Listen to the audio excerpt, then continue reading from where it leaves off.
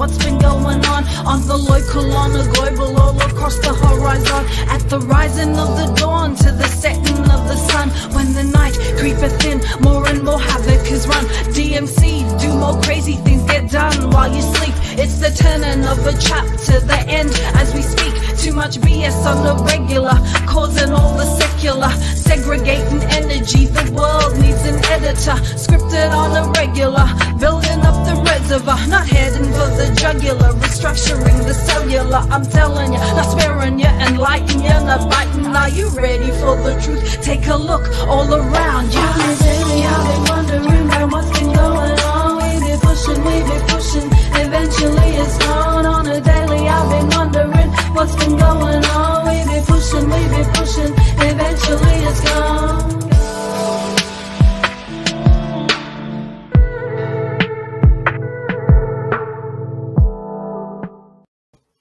Welcome. Thank you everyone for joining us tonight. Oceania Tu, Conversations by the Moonlight. I'm MC Trey, aka Thelma from Tapestry. I'm working with arts, hip hop, Pacific culture, community development and social justice, and I'm excited to be here transmitting from Durra Glands. How are you guys? Hi, I'm Really Sevu, good. and I'm Fijian and the director of Coconut Vibe.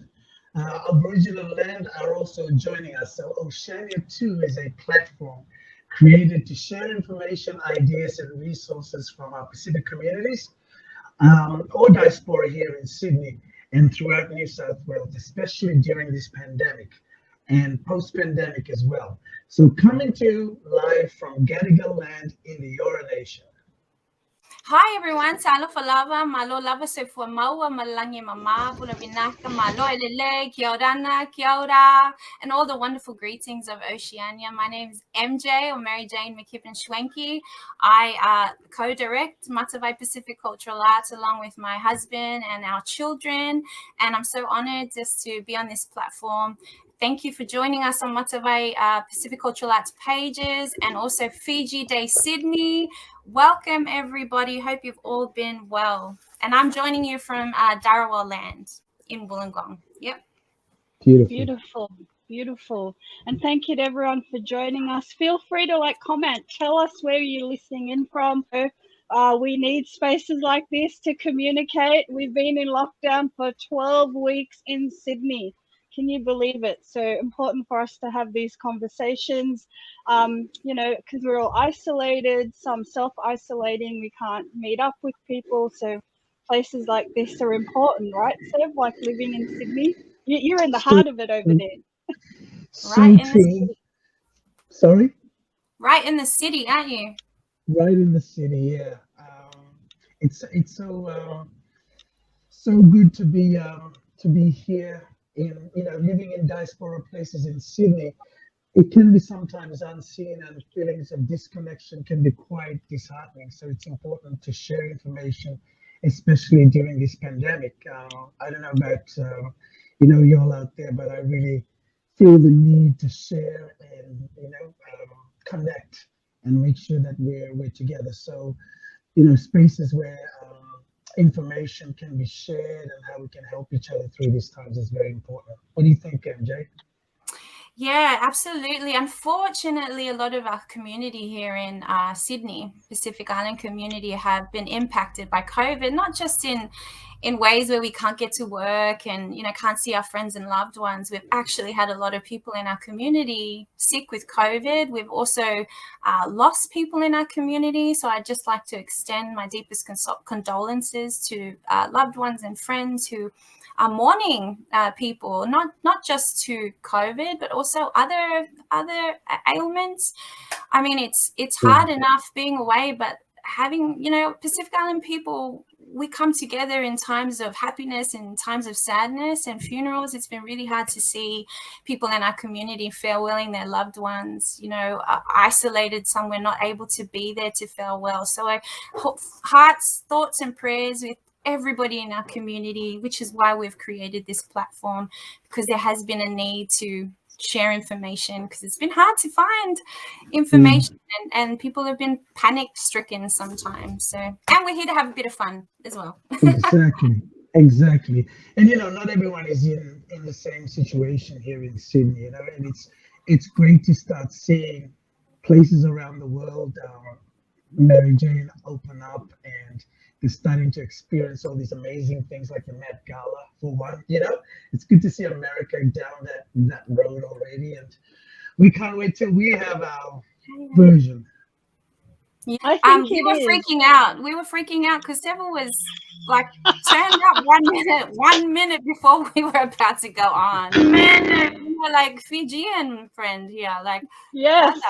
brother. Well, So at least my Fijian half showed up on time because the other half dragged it along. no, that was your Samoan side that showed up. Or maybe time. the Chinese part. Who knows?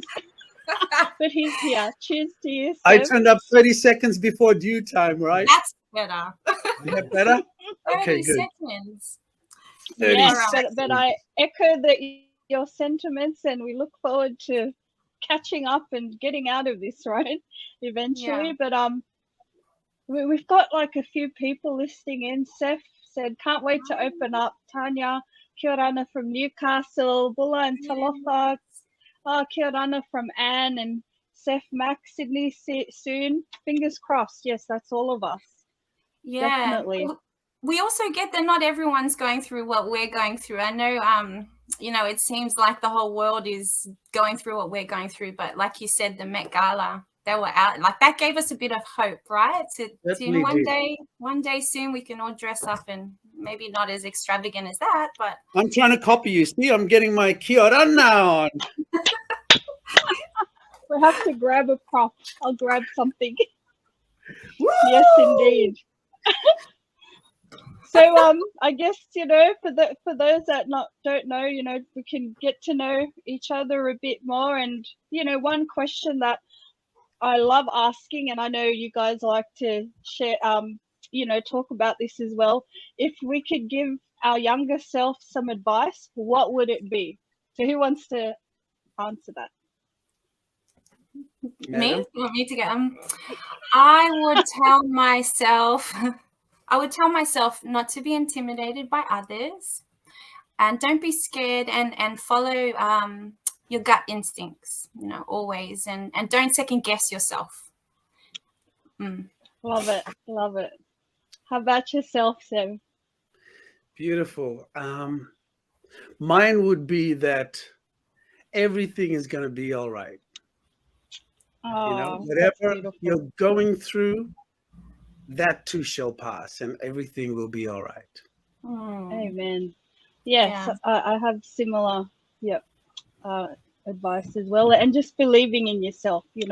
Don't think we tell our young people enough. Just believe that you have the capabilities and the support always. That's And beautiful. Thousands of people, ancestors, people we can't see, God with you all the time. That's your power. Always. Yeah. Amen. Yeah. And our show, Oceania Tu, right? Our byline is Conversations by the Moonlight. And, we talk about the moon a lot. So maybe we can share a bit about that, the significance of the moon. Maybe I know we all have those funny moon stories from back in the day, back in the islands. Do you guys recall any of those? Scary ones. Yeah. Yes, I do.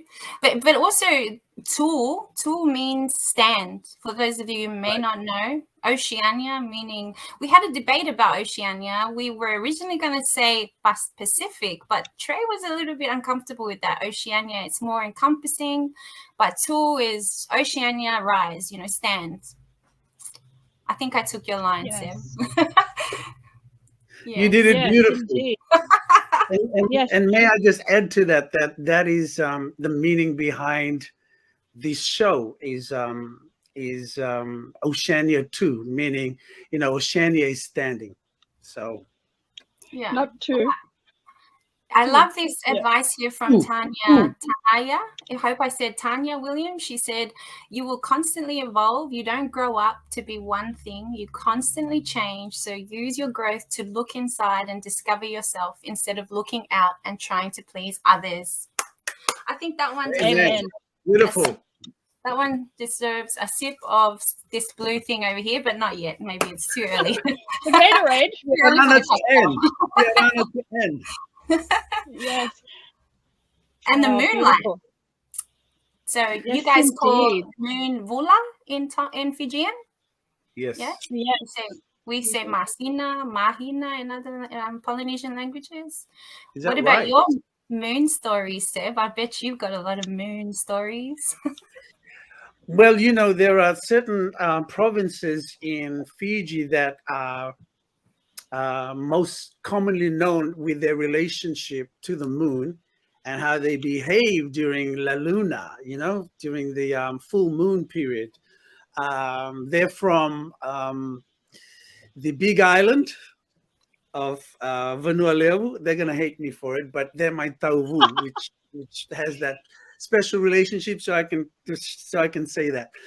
Yeah, so there we have very funny, interesting stories about full moon and how it affects certain tribes of people in Fiji, and I'll get to share some of those stories in the coming weeks. I remember Yes, growing up and living in Awala, Savai, where my mom's from.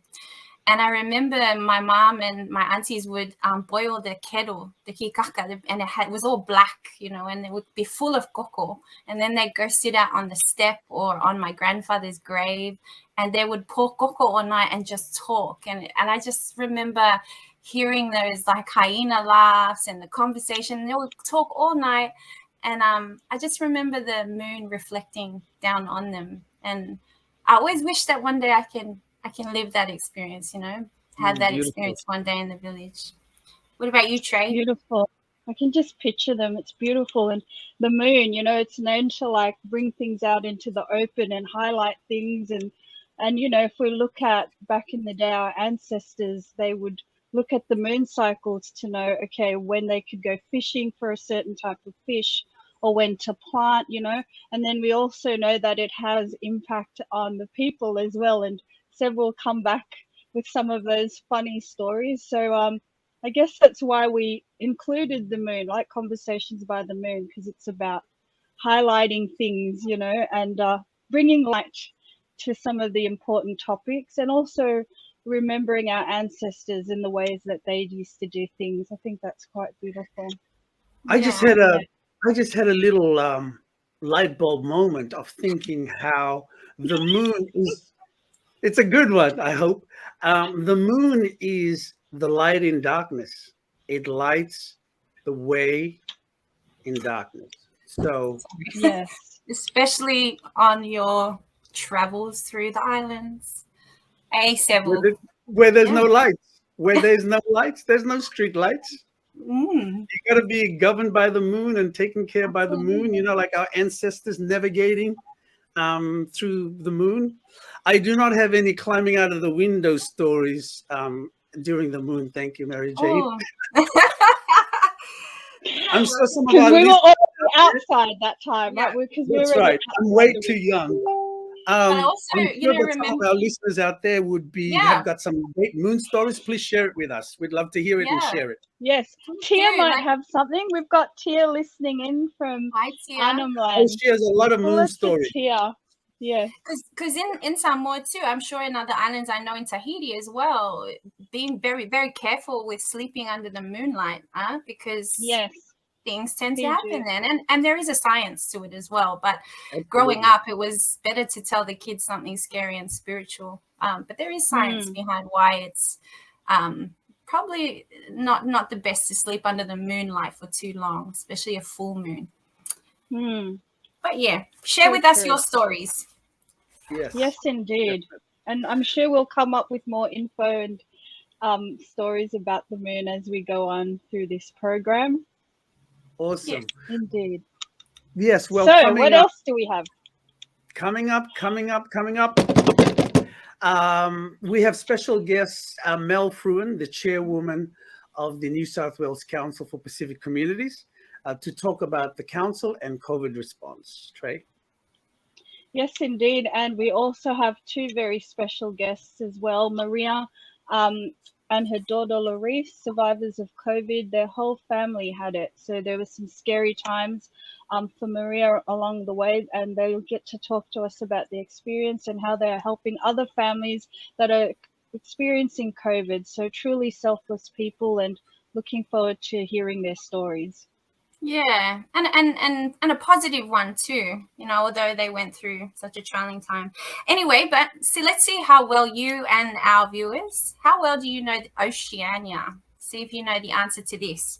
So this is a bit of a trivia question. I won't share the answer until a little bit later, but tell me the correct answer. The Oceanic region extends over A, 100 million square kilometers, 200 million square kilometers, or C, 350 million square kilometers of the Pacific Ocean.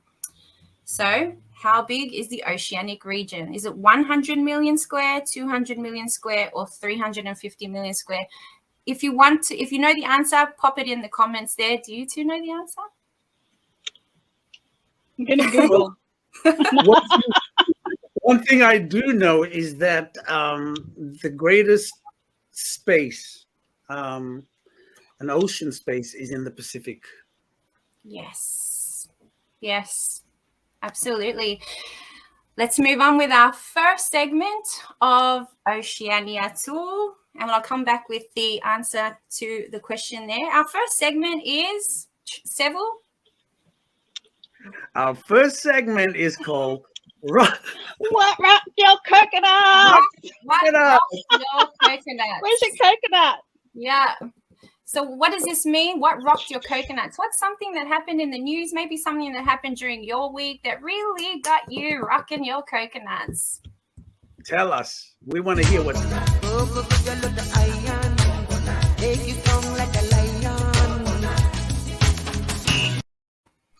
Danny Ray Costello there with Coconut Woman. What rocked your coconuts this week, Trey?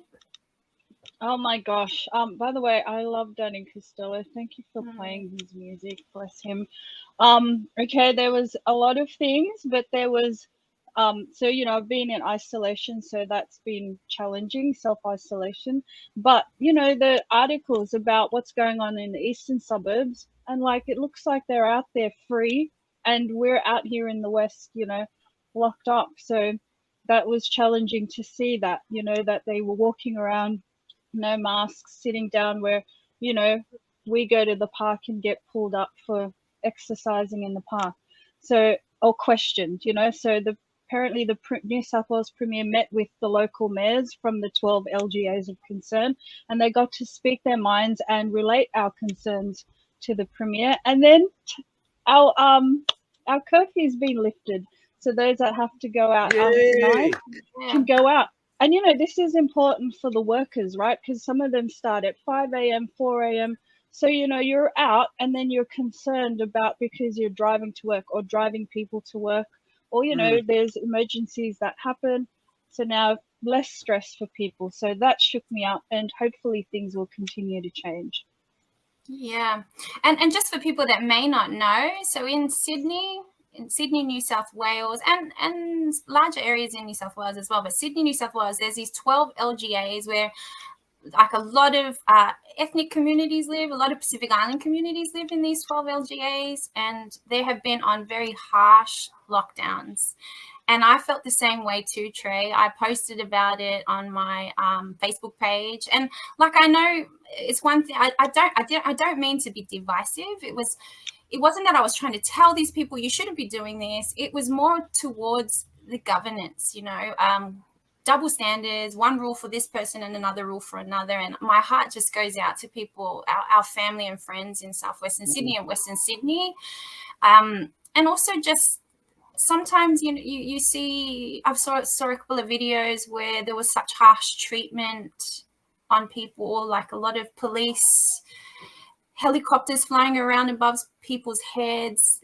It's very different to say if you were pulled over by a policeman. From what I've seen, this is just through social media, it's a lot different, you know, than say someone walking around. I saw a video last week of a young guy. He didn't have a mask on, and he was pulled up, and it was quite heavy-handed policing Western Sydney. But yes, the solution, she's met with the mayors, and they've lifted some of the curfews, which is good progress. Seville? Yeah.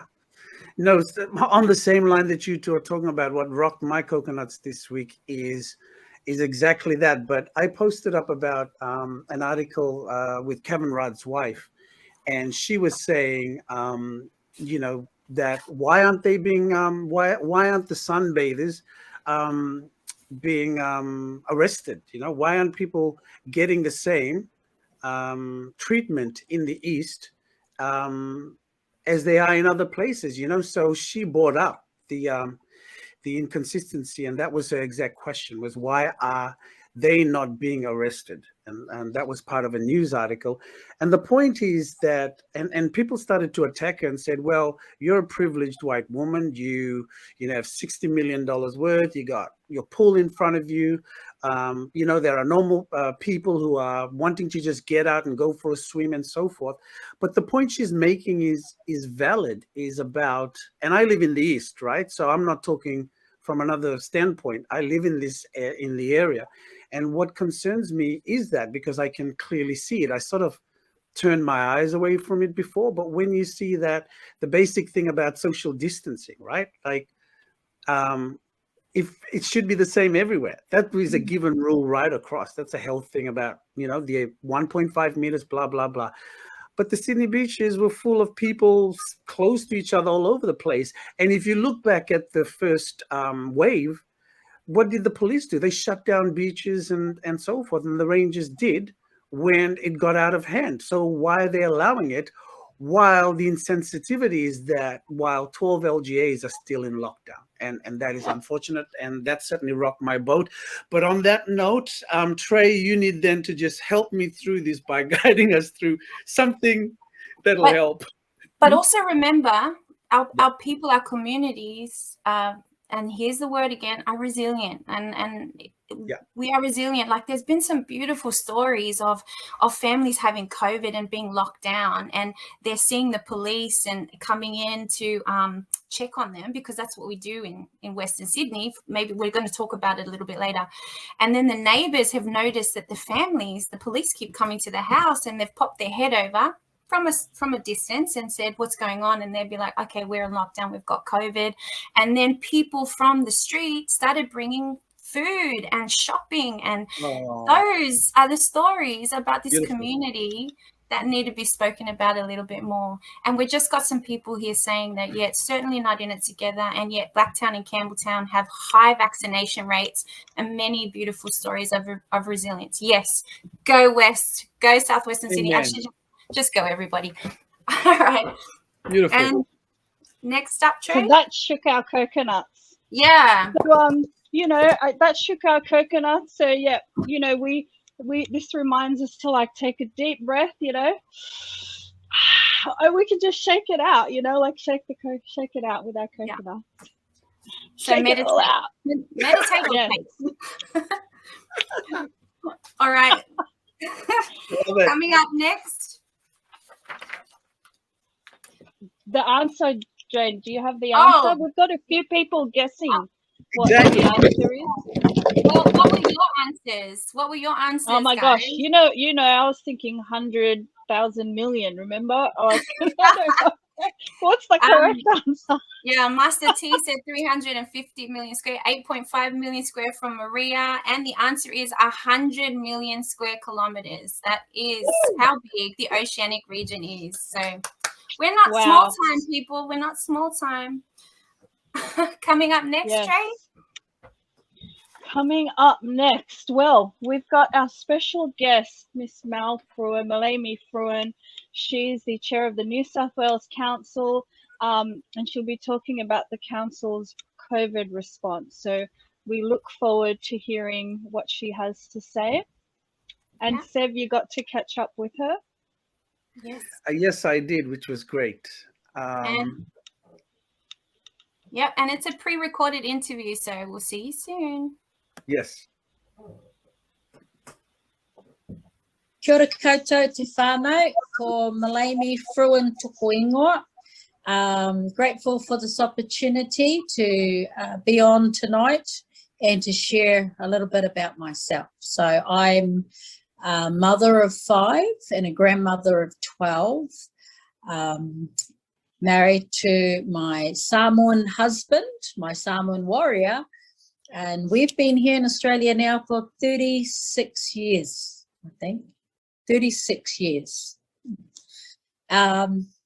Yeah, and we are community workers, both my husband and I. Work in the field of community work and have been doing that for a number of years. Very passionate about that work and blessed to work along some amazing communities, both in the Pacific community and multicultural communities. At present, I am the centre manager of a multicultural centre in Minto, Southwest Multicultural and Community Centre. Yeah, that's a little bit about myself. Oh, and I am the chair of, gee, better put that in, the New South Wales Council for Pacific Communities. So this organisation was set up in 2003 and as a peak body to work with government, work alongside with government and the communities here in New South Wales.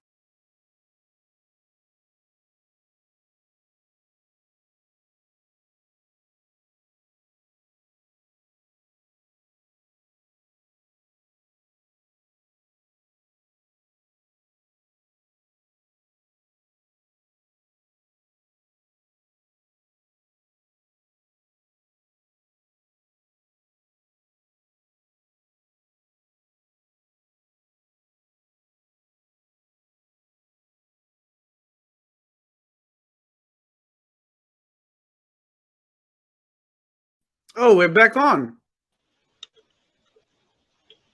What happened? We can't hear you, Mary Jane. You're on mute. Hello, everybody. Sorry, we don't know what happened there, but no, it's technical difficulties. Yeah, it's a video, so I don't know if something happens when we play it like that. So let me see what I can do. But yeah, that was Fire Mal from New South Wales Council of Pacific Communities. We'll see if we can try and get that video back up for you. But she was talking about, well, Seb, you know what she was talking about. Yes. You were talking to. Yeah, she spoke about, we thank you, Mel, for the conversation earlier on.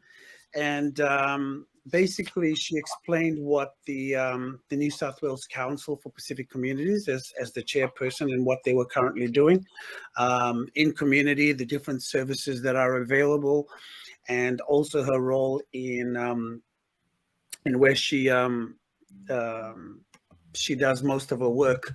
Of course, the council role is a voluntary role, and then she was talking about her community work as well. She runs a community centre out in the Campbelltown Way, and really a lot of the information as well. And she began to share about what work they're currently doing on the ground, but also just to let everyone know the website for the New South Wales Council for Pacific Communities, which is www.nswcpc.org.au. That has a COVID page that's been up now, and that has related services to the Pacific communities, access to interpreters if you need, access to financial help if you need, rent assistance and all those kind of things, vaccination centers. It's all there. So, if you're looking for information, need some guidance, and need some resources, please visit the New South Wales Council for Pacific Communities website, which has a lot of that information there, and it'll continue to be refreshed as well as the weeks go ahead on the help that you can get. But feel free to reach out to them, and they're happy to help you. Hi, Steve. Hi, Joy. Awesome. Hi, everyone tuning in. Yes, she was talking about, I think one of the main points that struck me about this interview, and hopefully we can get it back up, was she's working quite closely with the police and the Defence Force in distributing food and, food packs to people, COVID packs. And she made a really interesting point towards the end. I don't want to give it away now, but we will try and get that up and running for you very soon, hopefully, if it works. We do have our next guests on, Trey, lining up. Do you want me to announce? Do you want me to intro them? Yes, that would be good. Our next guests that are popping up. Okay, so Larice Basley, she's and her mum, Maria, their whole family contracted COVID, and they had such a heroic, scary at times, because I was in contact with Maria along the way. She was isolated from her family. Yeah, but they've turned this all around. They've recovered, and now they're using their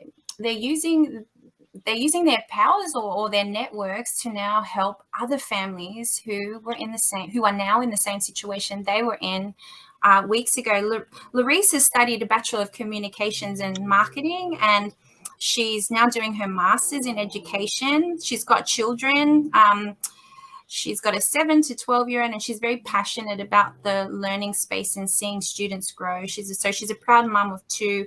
And Maria, she currently is teaching at a Western Sydney high school. She's married with 3 children, 28, 26, and a 9-year-old. And she was COVID positive from the 9th of August. I have a little video here, just, for you to have a look at. This is Maria. She was posting live. Here she is. I've just had a bit of energy just to get up and just to share with you, because we've got a few people who have inboxed to say if they could, what would it be like to come to the hotel, because some of them don't really have a lot of space and only share one bathroom. So my advice to you. That was Maria. She will talk a little bit more about that. As you know, guys, you know how Pacific families, there's a lot of them in a household. When one gets COVID, it's very hard to isolate. Yeah.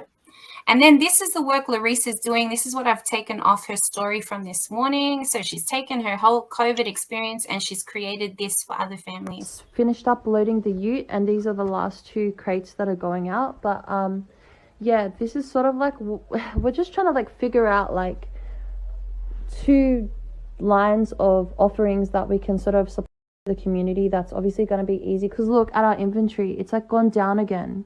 Because we've packed, how many boxes have we packed today? The 13 plus 14, 15?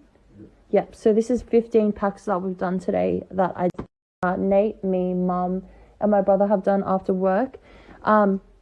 But yeah, this is going out to a single mum and her 3 children, and then this is going out to just a couple in Bidwell, which is in our local government area, for the Karens out there that are wondering. So yeah. So those are the stories that people don't see. Hey, people don't know. Yeah. It's such a great response. Turning the negative into positive action and then sharing it. It's so Pacific, isn't it? Like, we care for others as well. So Pacific. Beautiful.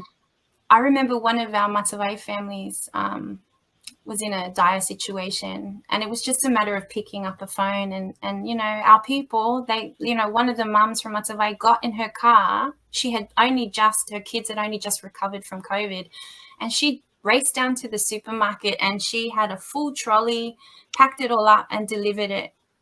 I mean, people are so good, People are so good. Yeah. I brings the best in people. Yeah. These times. Yeah. I'll bring them on now. Larice and Maria, welcome. Yay. So good to have you on. Hi. I saw you laughing at yourself, Maria, with your video.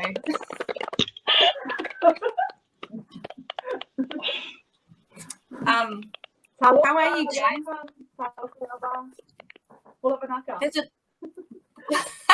There's a little bit of noise, static as well. I'm wondering whether that's... I might see if I can...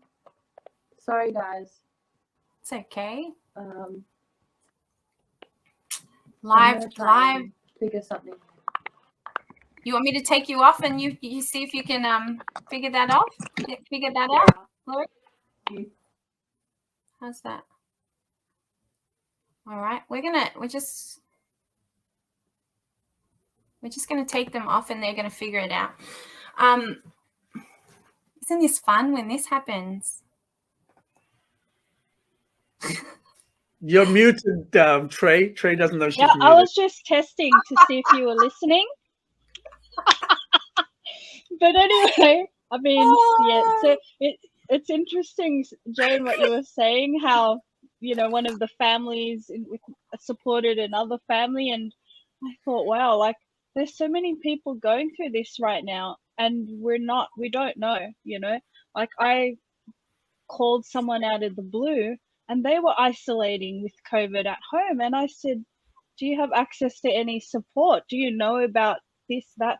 And they didn't. So luckily, Jane, you'd sent me stuff, and then I Googled stuff and I just put it all together and sent. And so within a couple of days, she had food, she had, you know, cleaning stuff. Her and her son, single mom with her children isolating, you know. Yeah. Oh, here, I think they're ready to pop in again. Are they? Let me see. Larissa and Maria. Okay. Let's see how it sounds now, guys. Is that better? Oh, heaps better. Yay. Hi, I turned off the Larissa. Wi-Fi. Oh, yeah. Live is so weird, isn't it?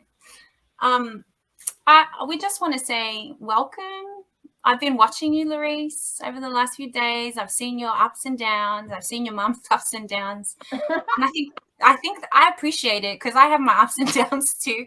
But I guess for everybody, tell us a little bit about your experience with COVID. You know, like how did it all start? My son, he works in Auburn, and he's an essential worker. So he came home with it. We've all been working from home, Larissa and I. And so we were very, very cautious, and did everything that like hand sanitize your hands, don't go and visit other people. But still, my son brought it home from work. So that's how we caught it, was from him. Mm. I think just to answer your question though, Mum's experience in comparison to my experience, I would say was very different, because Mum experienced hotel quarantine in the city, or in Mascot, for 2 weeks, and then I experienced COVID-19 and isolation from home. But also, just like as a parent with 2 children, like it's a very different experience when you're trying to overcome this virus and also take care of little people as well. So yeah, I think it was a massive challenge as a mum. You know, even though you've got like these really extreme like muscular pains and aches and 39-degree fevers and temperatures, you've still got to soldier on. You've still got to change nappies. You've still got to feed your kids. You've still got to do the washing. You've still got to vacuum up the mess that they've made. I mean, I'm not gonna lie, I was in extreme like survival mode. Like, you know, Mommy, I've spilt the sugar on the floor. Okay, we'll deal with that tonight. That's just gonna have to wait a couple of hours, because it was very dire in terms of my capacity to function and just my mental capacity in order to like, I was really like toying with the idea of like, I just want to sort of die right now. Sorry to get a bit like somber here, but the pains were so extreme that one day when the medics came, I just broke down and cried, because I was just like, I'm over it. This is day 6, and I'm just mentally exhausted, physically exhausted, and I just don't know how much longer of this that I can take. But then God was like, that's funny, because now you're going to experience breathlessness 2 days later. So if you think that's hard, honey, I'm going to take all the oxygen out of you and give you a new challenge. But I think the silver lining in all of this has just been the power of God, and just the way that he works in your life when you completely hit rock bottom. I feel like in hindsight, I sort of needed this really humbling experience to just bring me back to the throne of God. And, you know, I've never prayed so much in my life, and really just begged and pleaded to God just to please save my mom. Please save me, because, you know, there was a moment in time where Mum had rung my brother and I and said, look, I've transferred my last, and I won't disclose the amount, but I've transferred my savings to your account. I've rung my lawyer. My will is set. And it really was that was, you know, the moment for me as a child, like, you know, child of my mom, being like, wow, like, is this it? Like, and then, you know, just waiting for the ambulance and not knowing if they were going to come, because I've heard of other Pacific Island families that have waited, you know, 4 hours, and their, you know, sister has died on the 3rd hour. And I was just like, I don't want to be waiting, you know, and potentially dying. And that's why I was crying and praying, because I was just like, this is currently what's happening in our community right now, is people at home that are isolating.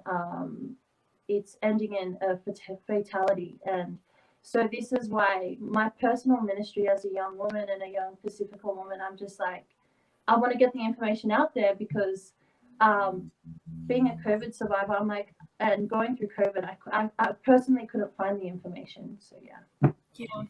Maria, it must have been so frightening for you as a mom, because you went live, and it was at that time when there were trickles of people starting to get COVID in the community. And then you posted a live that you got COVID, and you were going to try and do it daily. And there were some days you missed, and there were some days you messaged me and said, I don't think I can beat this. So then you took yourself to isolation, leaving your family who are all COVID positive, except for your husband.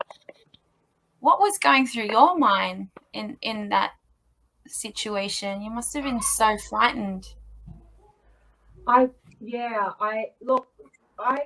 my son told me that he was COVID positive, I was really scared for my son, not so much for me, but more for my son.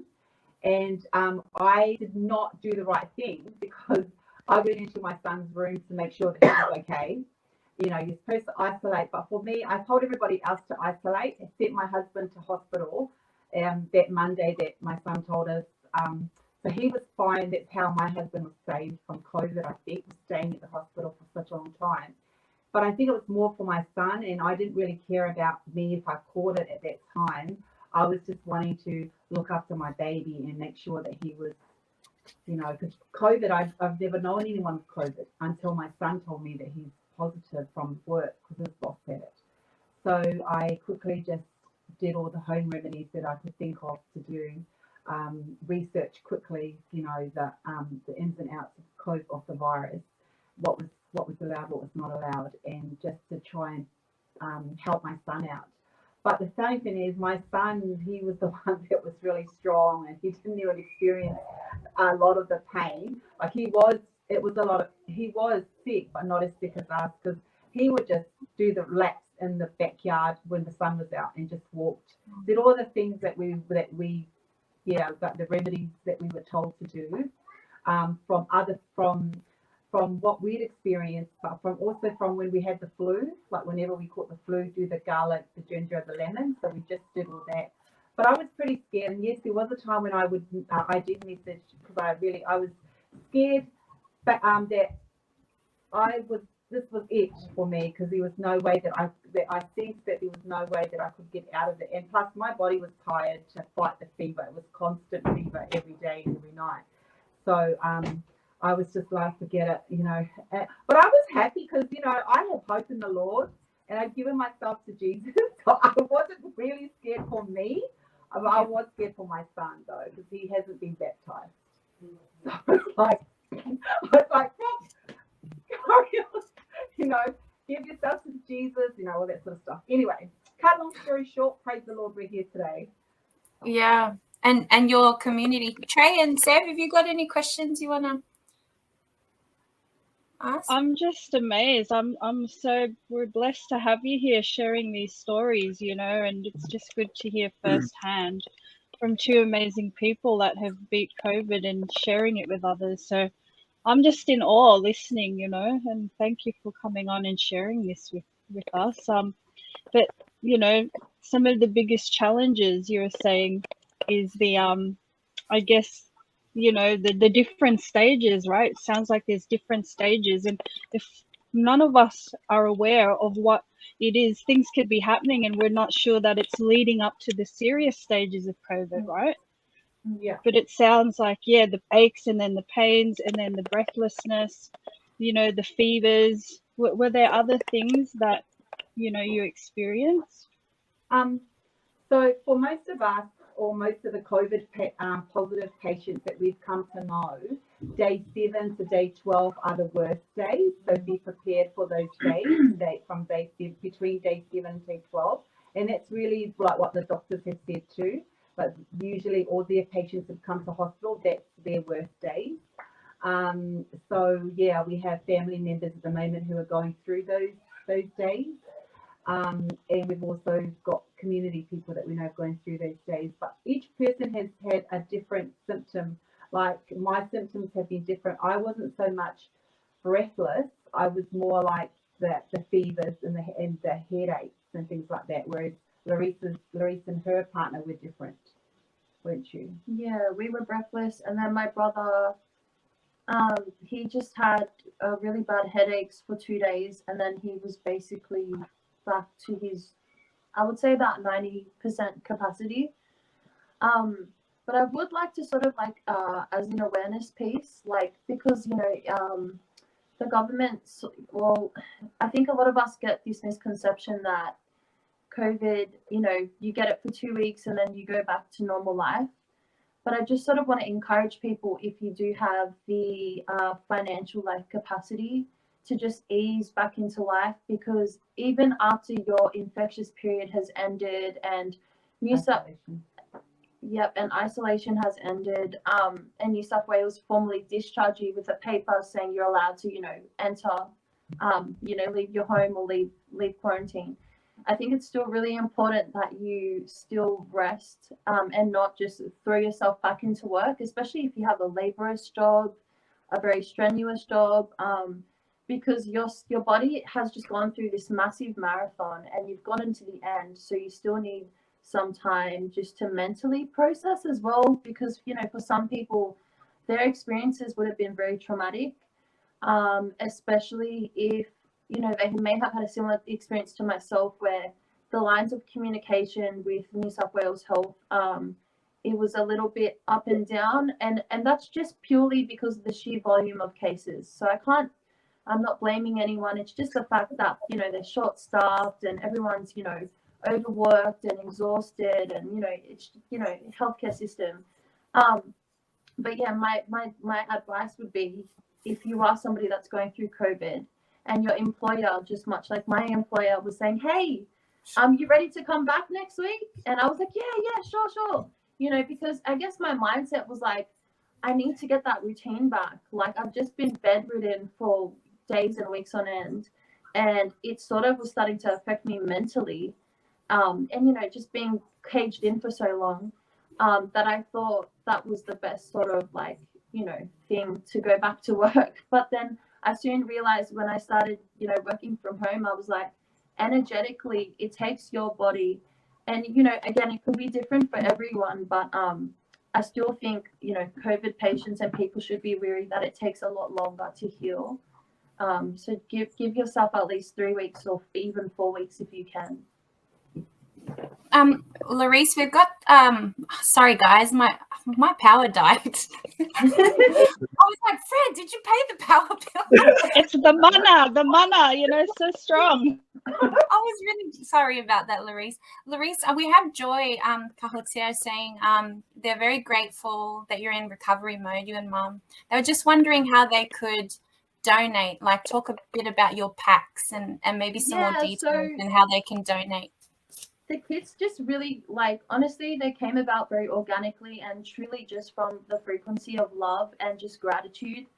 You know, what we've overcome and what God has taken us through, we're just so grateful, because it's really been our community and our tribe that literally, like, you know, for a lot of Pacifica people, you know, it's embarrassing, it's shameful, you know, a lot of people have written to me and said, you know, I don't want to be open about it because I broke the bubble and I didn't do the right thing. So, you know, for whatever reason, everyone has their own reasons as to why they're not as open as we are. But given that Mum had opened up, it sort of encouraged me to open up. And then my community just basically poured out with so much love. Every day I would open the door to take rubbish, and there's a package there. And this is why I'm so proud to be Samoan, and I'm so proud to be part of this community of people, because that's just who we are as people. You know, even though we don't have a lot, we give. You know, we see our sister down the road struggling. Yep, I'm gonna bake you a cake. I'm gonna make you a soup. Sis, I'm at Woolworths. What do the kids need?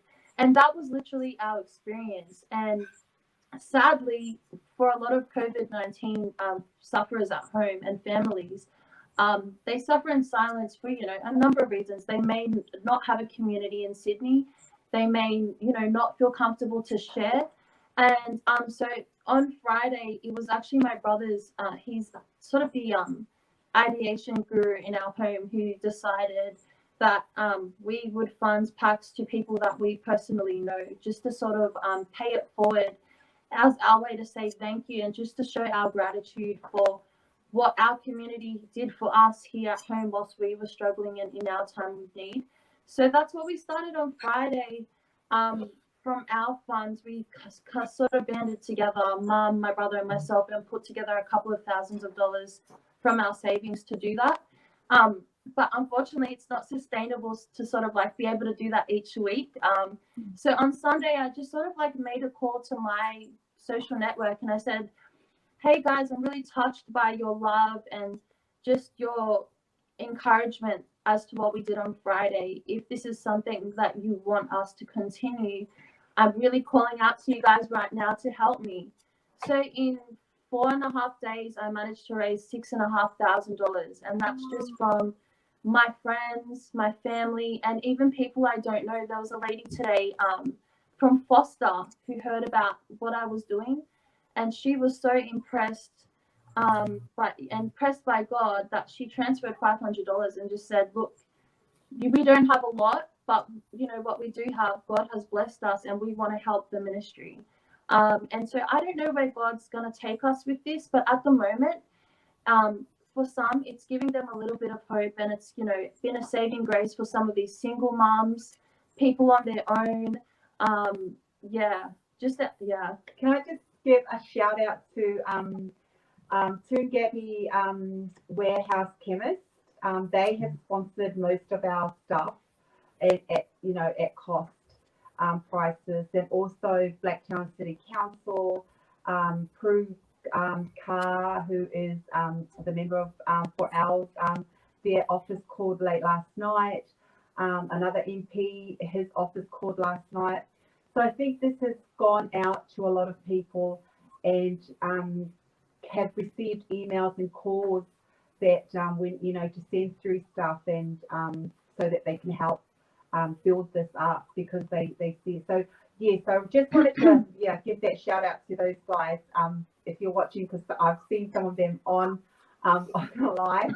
That thank you so much. And the Mount Druitt Samoan Seventh-day Adventist Church, our pastor, they have come on board to today. They did deliveries to all of from Penrith all the way out to Glenfield, and delivering care packs for all of the community. So thank you so much. Thanks, guys. Just quickly too, Maria, oxygenator. That's really important to have. A couple of the things you raised. Could you just, what were some of the pertinent things that you think people should, you know, prepare, like have a COVID pack ready in case? So definitely the oxygen fingertip pulse reader that tells how much oxygen that is stored in your body. And definitely the thermometer, definitely Panadol, Nurofen, hand sanitizer, the mask, and we've also been giving out the lemon. That always keep your inside. Always drink warm water with lemon, never ever cold. Keep your chest warm. So all of those things are in the videos, and that's also been shared to NZ as well. So we had a few calls from New Zealand. In terms of going on to their radio stations, TV stations. Thank you, Asiata. So just to share some of those things, but definitely that's the care pack. It's the oxygen meter is because a lot of our Pacific Islanders, the ambulance are getting to them on this side, the west side, really late. And so, like we've shared, unfortunately, people have passed away due to the long wait. And then, sorry, I'm just going to interrupt. I don't think it's because of the long wait. I think it's because they are waiting far too long to make the call. And I say this because sadly, I've had so many people write to me from their ICU beds. A lot of them are expecting mothers who are, Pacifica women. And they have been engaging in dialogue with the healthcare professionals and frontline workers who have said that the frontline workers have said they just wish that people wouldn't wait until it's too late.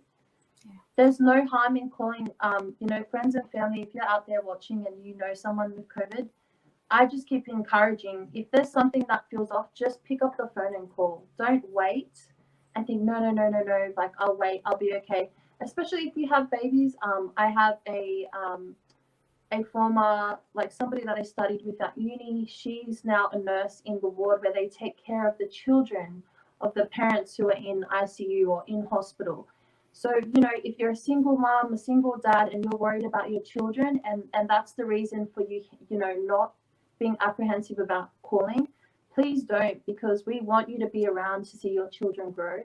The last thing we want, like the mum in Bankstown, the single mum in Bankstown, is to see you on the news.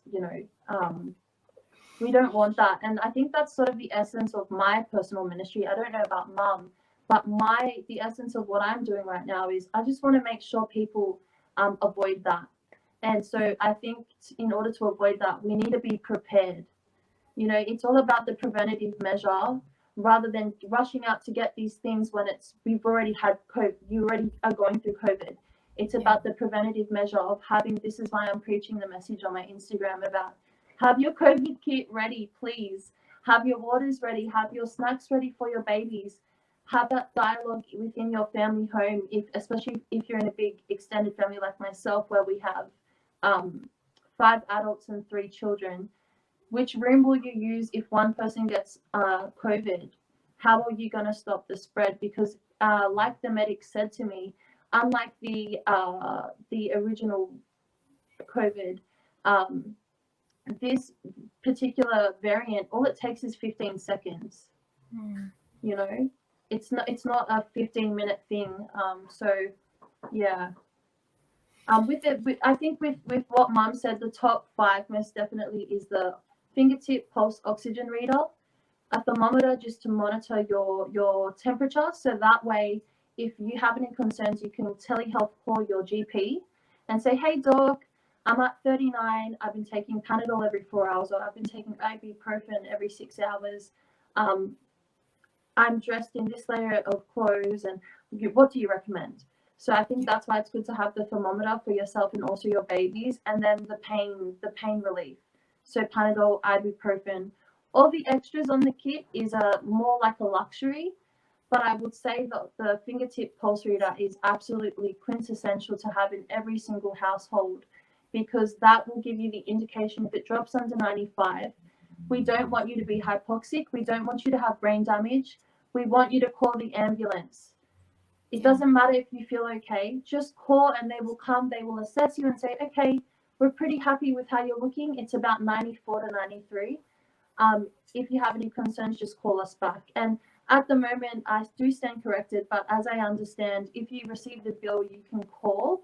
So again, if it's a matter of you're apprehensive about the money side, please, family, just call because they are waiving the $450 fee, or however much kilometers it is for you. So I think that's a really important point as well.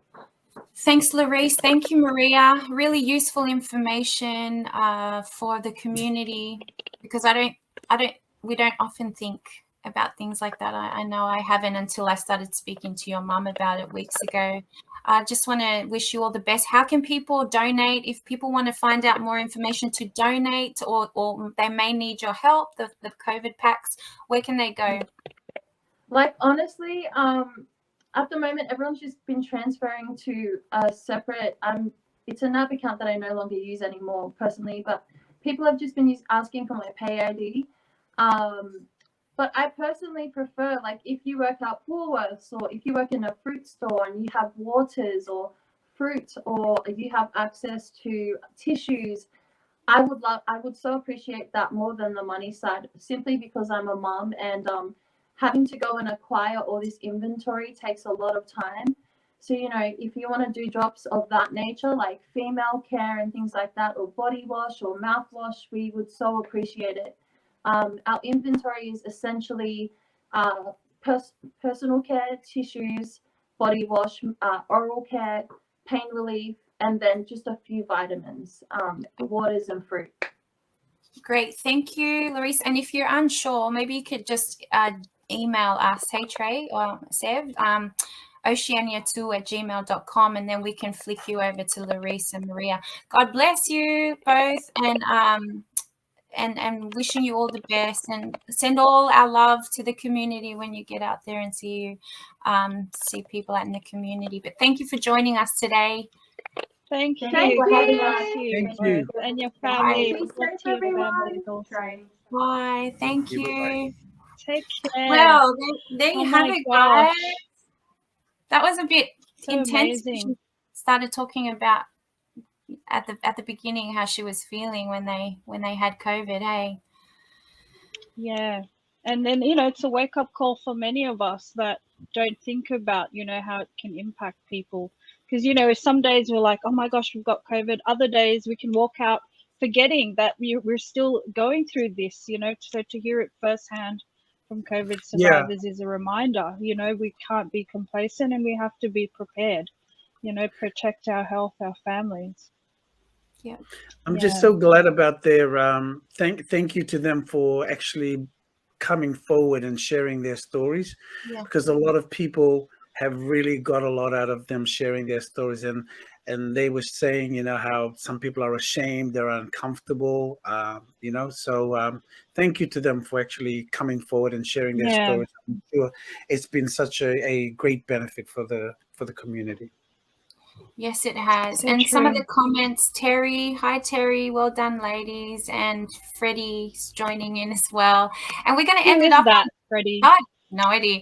We're going to end it off with some Moonlight thoughts before we end. Moonlight, oh moonlight tango, up in my bongo. Take me to a dream where the zombie dancing, romancing. Moonlight tango, under your spell, we're only two can share that romance and moonlight, Fiji and moonlight. Good for dehydration, right? Reduces dehydration. I love Danny Ray Costello. Is that telling our age, guys? I don't know who he is. Don't lie. Gosh. My mom used to listen to him, and my mom's sister used to work with him on, you know, they used to do the tourism stuff. So my grand aunt used to sing with him. So we grew up listening to that. Rest in peace to Danny. Yeah. He was living in Samoa for a bit. Used to see him around. Very cool. So what's Moonlight thoughts about, Seville? Moonlight thoughts. Well, it's the topic of today on that is really about just us, you know, sharing thoughts and ideas. And today's topic is around isolation, vaccination, and segregation. So these are, you know, an opportunity for us to share different perspectives. And please make sure you comment as well on the chat about your thoughts around this topic. Yeah. And Trey. So, goes Trey. Yeah, isolation, you know, and I guess it's hard to isolate, right? Because, you know, have to have your own room and have everything sanitized, you know, if you're a close contact or if you're COVID positive. So, you know, you've got to make sure that you've got everything sorted. This is my first day out of isolation, and man, so blessed that my family, you know, were cooking and helping me out. So, you know, bless them. And, you know, they were quite strict with me. I wasn't allowed to go outside, gloves everywhere. I had like Glen 20s every step that I took, you know, and I was confined to my room and my own toilet and bathroom, thank the Lord. But you know, one thing that kind of surprised me is the police kept checking up, you know, and I wasn't COVID positive, and I thought, you know, it's good they're checking up, but it's also, it just irked me a bit, you know, that I look outside and there's a car just watching, you know, an officer in the car. And, you know, I understand they're doing their job, but that was one of the isolation things that kind of irked me. And that's my Moonlight thoughts. How about you guys? Well, I spoke to a woman the other day. She had 9 kids, and I have 4 kids in the house. And I Wow, find it 9. 9 kids, and she was still laughing. And she said the hardest part was just having time to herself. And I don't know about you, but it is hard. Like, it, you know, when we're not in lockdown, sometimes you get a bit of time by yourself. I love being with my family. I love it. Just having that free time sometimes, I guess, you know, it must be hard for some people, especially big families. And I know I want a little bit of time out sometimes. I hope the kids aren't listening in. Anyway, that's my But they understand. We all need time out. Exactly. Well, you know, isolation is just, I'm just over it. All right. I'm sure most of you agree out there. We're all over the isolation bit, right? So, but for me, I reflect on the islands, you know, and especially for myself who lives between 2 countries, and I'm normally spend half of the year in Fiji and half of the year in Australia. So the isolation from that has been quite challenging. And so I've got my bags packed and ready to go. Irami, I can see him, Bulavinaka. He's on the chat from Fiji. So it's nice to have you on here. But yeah, definitely looking forward to being able to have, you know, that part complete, and we can start to travel again. But I suppose my remedy to that is to really for isolation is on that part is about making sure that we can connect through social media. Thank God for technology, and we can have chats, we can have family Zooms, you know, friend Zoom parties, and all those things certainly help. I like Maria's comment. That's us. We'll go Fiji, then Samoa. Okay, I'm gonna hold that to you guys. Yes. Let's go. I want to do that. I'm in. It is hard. We want to come home. I know it's not keeping the island safe, but gosh, we want to come home. The next topic is vaccinations, and this is a touchy one, guys. And just quickly, because we're a bit over time, but yeah, just quickly, your thoughts. I was very hesitant in the beginning. I was gonna get vaccinated last, but eventually, you know, seeing people getting impacted, thinking about my family members, you know, I went with it, and it was a slow recovery. I was out for a few days, and I still have a sore arm, but hey, you know, I feel exhilarated and happy that I'm able to add that layer of protection. And plus, I want to travel. Yeah. For me, MJ and trade was very, very easy because one thing that is really clear is the politicization of the vaccination, you know, and that's the sad part, because it became political in the US during their elections and everything. And of course, that spread throughout the world with disinformation and misinformation, because it's not a political issue.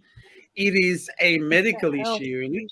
It's about health issues. And so what I did was, because there was so much noise and so much disinformation and misinformation out in the public, what I did was just went after the research, reading research paper of the scientists who developed the different vaccines, how long it's taken them, why it was quicker than it would normally be, you know, all the testings that were happening. So, and praying along at the same time. And I was happy to be part of the testing if that came to that, you know, because we're living in the technology age right now, where you could access those things and the technology to speed up the development of that.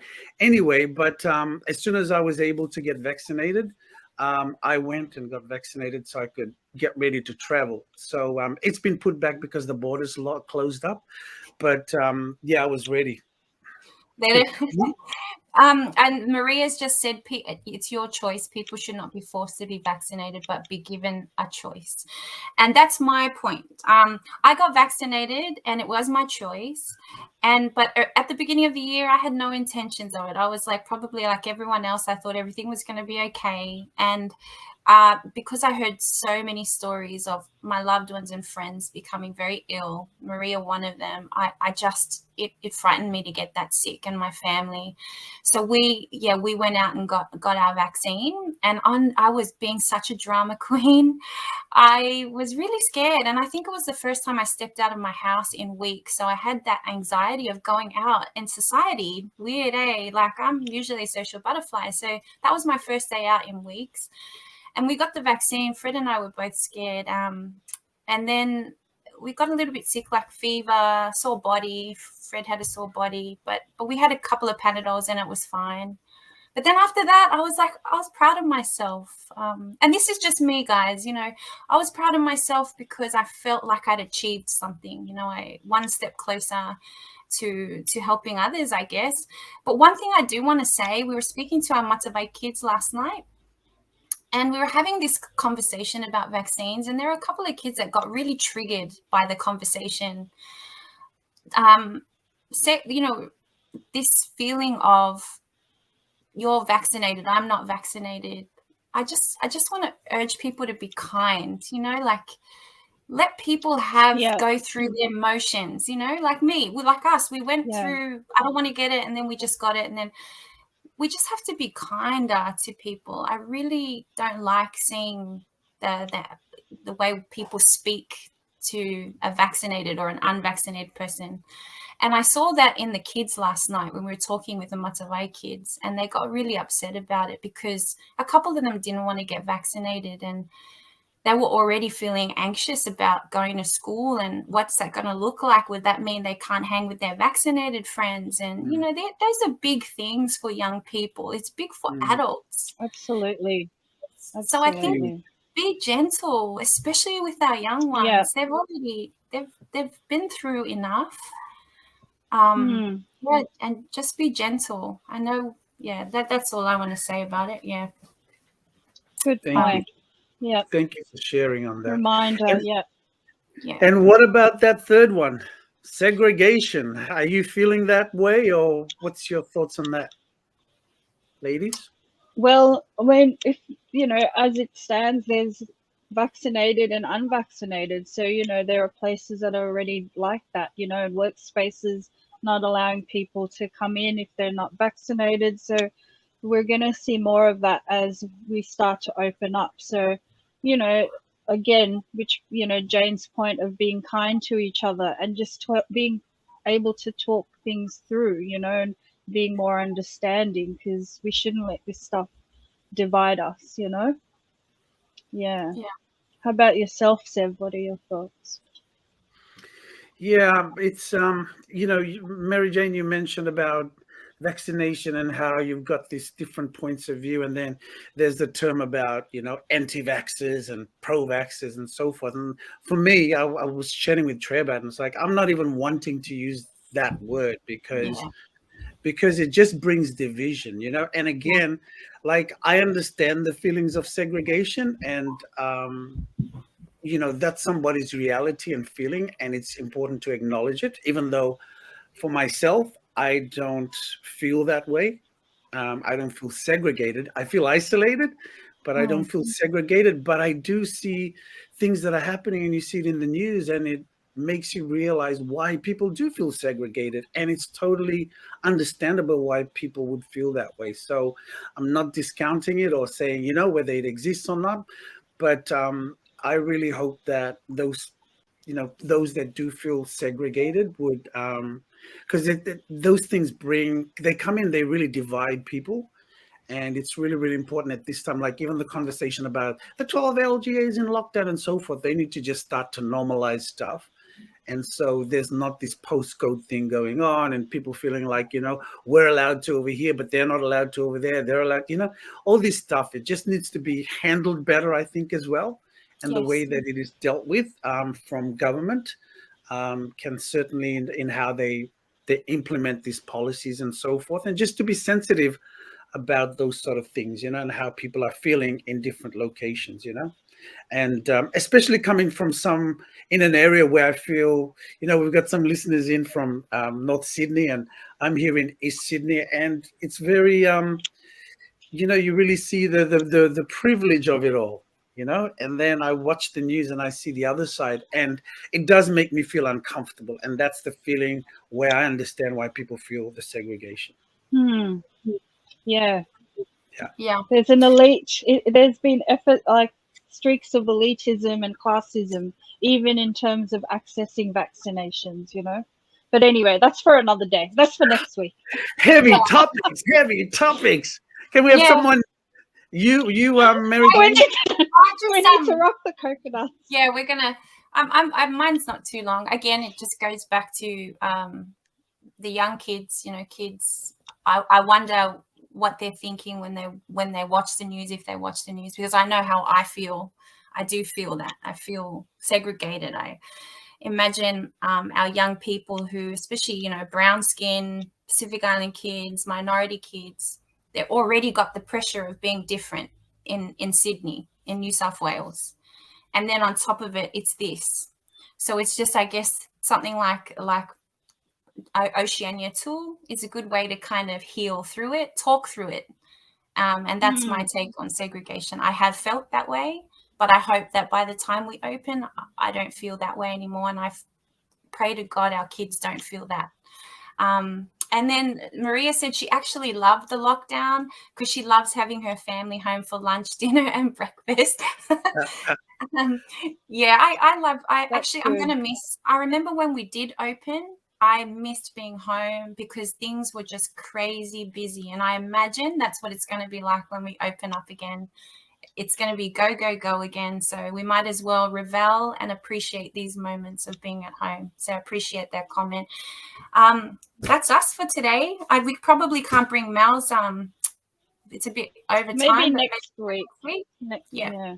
Sorry, Mel. And go for it. Just one more thing, like Larisse said previously, we can ease back into it, right? Let's not run back on the treadmill. Let's ease back into our lives. Take things slowly, right, when we have to go back. But you're talking about Fiji before, Sev. I just wanted to mention, another project to support is the Fiji COVID Friends for Fiji, right? Friends for Fiji project. So we'll share that on our pages, but that project's running till Friday, and they're supporting families in Fiji.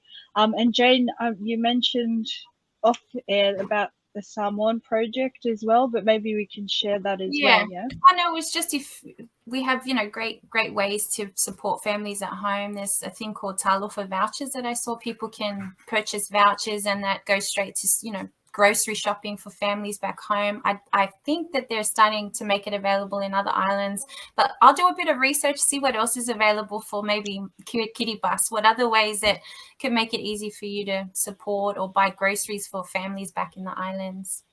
That's a wrap for us tonight. We went 20 minutes over.